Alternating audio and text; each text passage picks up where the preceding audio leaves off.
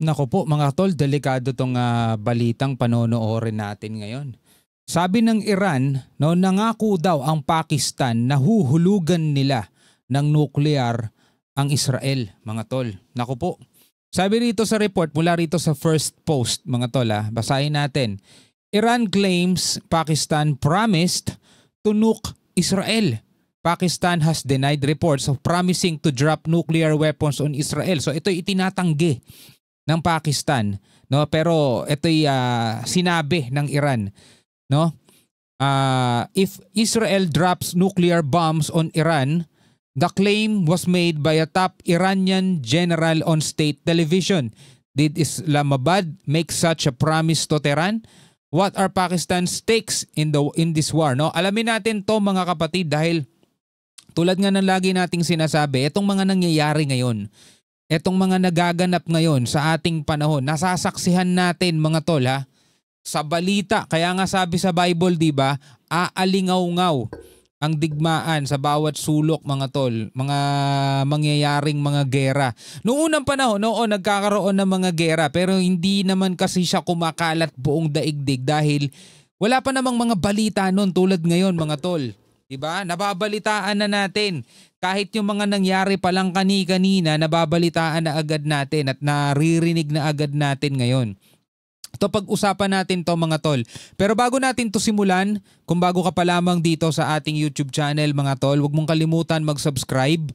Yan, para mapasama ka na rin sa ating lumalaking pamilya mga tol na laging nakatutok at nakikipagtalakayan sa atin kapag may mga reaction video tayo sa mga kaganapan sa West Philippine Sea, sa mga politika dito sa ating bansa at eto mga nangyayaring kaguluhan sa gitnang silangan mga tol. Kung mo kalimutan mag-subscribe, click mo na rin ang notification bell para ma-notify ka pag may mga bago tayong reaction video tulad nito. Huwag na natin patagalin pa, panoorin na natin to mga tol. Nuke for nuke, Pakistan's promise. Pakistan supports Iran against Israel. Sabi, may laban pa nga sila sa India. Gusto na nila agad sumama sa ibang gulo no? Iran claims Islamabad gave nuke promise. Pakistan denies nuclear support. So yan ay itinatanggi ng Pakistan. Islamabad sides with brotherly Iran. Iran's new jet program. What is Pakistan gain in West Asia?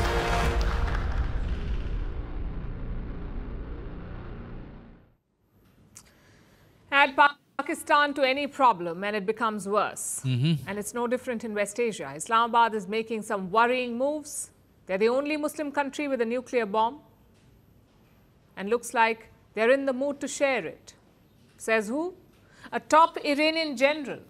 He says Pakistan has given them a nuclear pledge. If Israel drops a nuke on Iran, Pakistan will drop a nuke on Israel. This is what he said. Listen to this. Pakistan will drop a nuclear bomb on Israel if Israel drops a nuclear bomb on Iran. Sabi yan ng top Iranian general, no?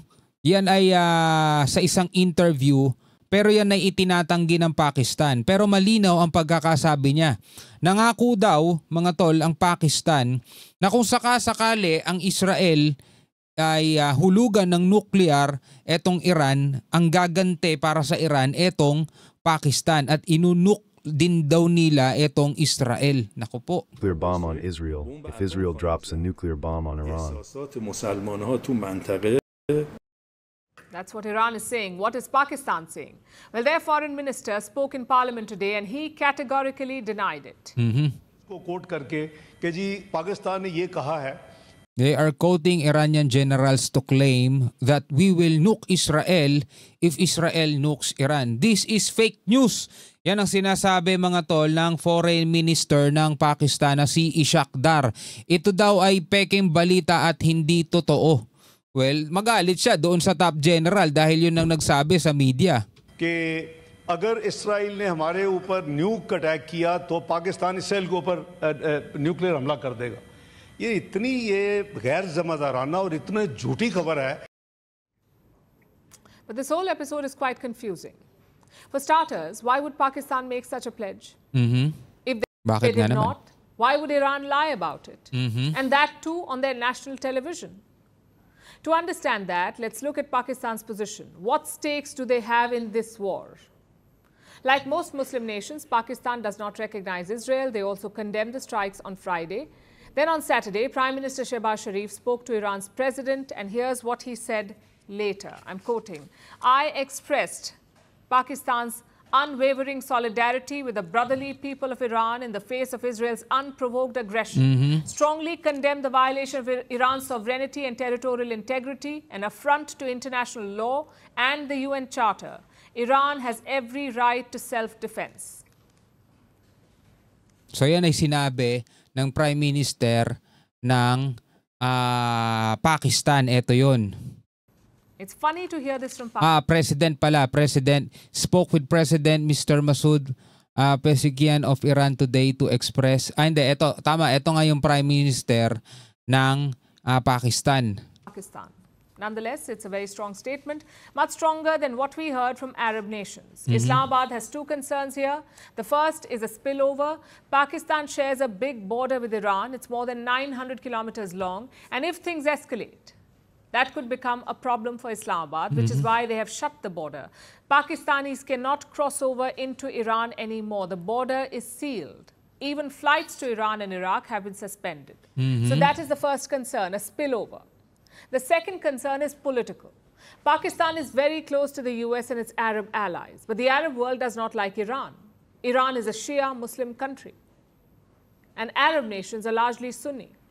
So Pakistan always kept its distance from Tehran. Minsan dyan tayo nalilito na yung Arab, diba yung Sunni, tapos Muslim nation, mga tol, dyan tayo nalilito Plus they have their own bilateral problems. Iran says Pakistan is shielding Baloch terror groups. This led to a brief flashpoint last year, in fact. Iran launched airstrikes on terror camps in Pakistan, and Pakistan hit back with strikes of its own. And at that point, this relationship looked very weak. So what has changed?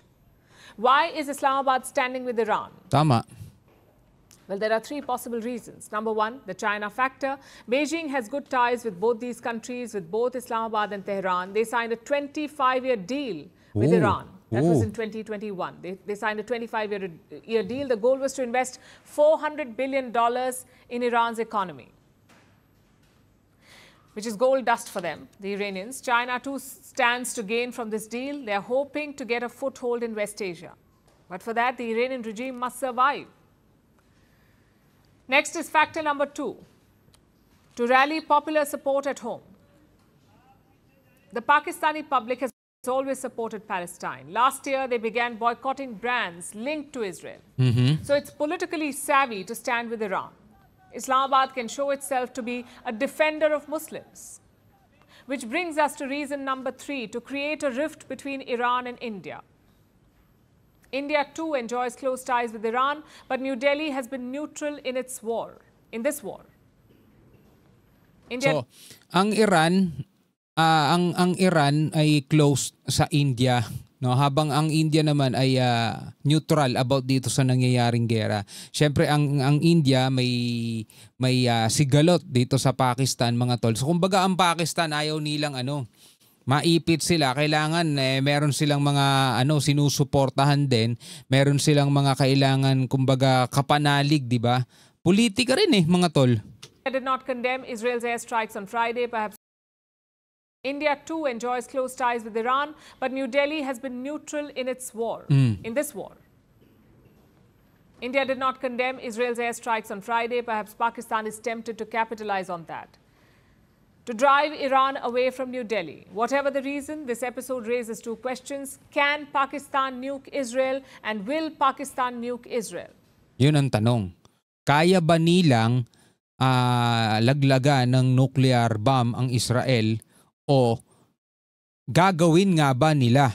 Ito ang tanong, mga tol, di ba? Kasi una-una dinideny nga nila Etong sinabi ng top official ng Iran, na nangako daw, nag-pledge ang Pakistan na kapag ang Israel binomba ang Iran ng nuclear, ang Pakistan bobombahin ng Israel ng nuclear, no? Itinatanggi yan, fake news daw yan, sabing ganun. Kaya ang tanong, kaya ba o gagawin ba yan ng Pakistan?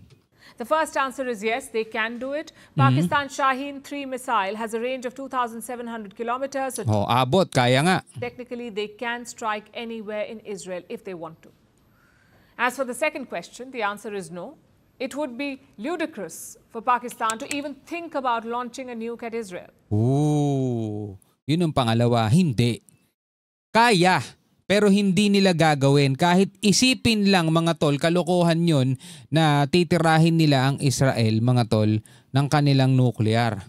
It would be ludicrous for Pakistan to even think about launching a nuke at Israel. Chances are this claim was more about deterrence to sort of raise the stakes for Israel. We would advise against it, though. This is a country that could not defend itself. How can they possibly defend someone else? Tama. Sabi ganun, eto nga yung bansang hindi nila kayang depensahan yung sarili nila eh. Tapos sasabihin pa nilang depensahan nila yung iba. Kasi may laban nga, di ba? Itong Pakistan at saka India. Wala nga nagawa yung mga ano nila eh. Yung mga tawag dito, mga China-made na weapon nila, yung mga defense system nila. Hindi nga kinaya yung BrahMos ng India eh. Ngayon mga kapatid, eto nakikita natin. Yung mga ganitong kaganapan sa ating daigdig kasi nuclear na talaga pinag-uusapan dito eh. 'Di ba? Maraming mga lumulutang na mga ganitong mga usapin na mga banta tulad ng ganyan. Pero eto nilinaw dito sa ating pinanood, yung kanya lang din namang opinion, no? Kaya, oo kasi meron silang ganitong klaseng missile na kayang umabot sa Israel, pero bakit nila gagawin? Isang kalokohan mga tol o parang kasiraan na kung iisipin man nila mga tol na i-strike ang Israel. 'Di ba? Sabi nga ito nga yung bansang hindi nila kayang depensahan ng sarili nila eh bakit pa nila didepensahan yung ibang bansa? Saka masyadong malaki ang Iran. Kaya na nila yon mga tol. Naghahanap lang siguro ng kakampi tong Pakistan mga tol kasi ang Iran kasangga rin ng kalaban nila India mga tol. Mga ganitong kumakalat na balita, no? Talagang gumugulo na ang ating daigdig mga tol. No, at sana naman wag na sanang humantong. Pero wala eh kung yan ang kalooban ng ating Panginoong Diyos, mangyayari talaga yan. Pero sana no sa ating panahon hindi natin abutin yung Third World War na yan. Wala eh, kung mangyayari yan, wala tayong magagawa mga tol. Hanggang sa muli, ako nga pala si Shobaldi. Peace out.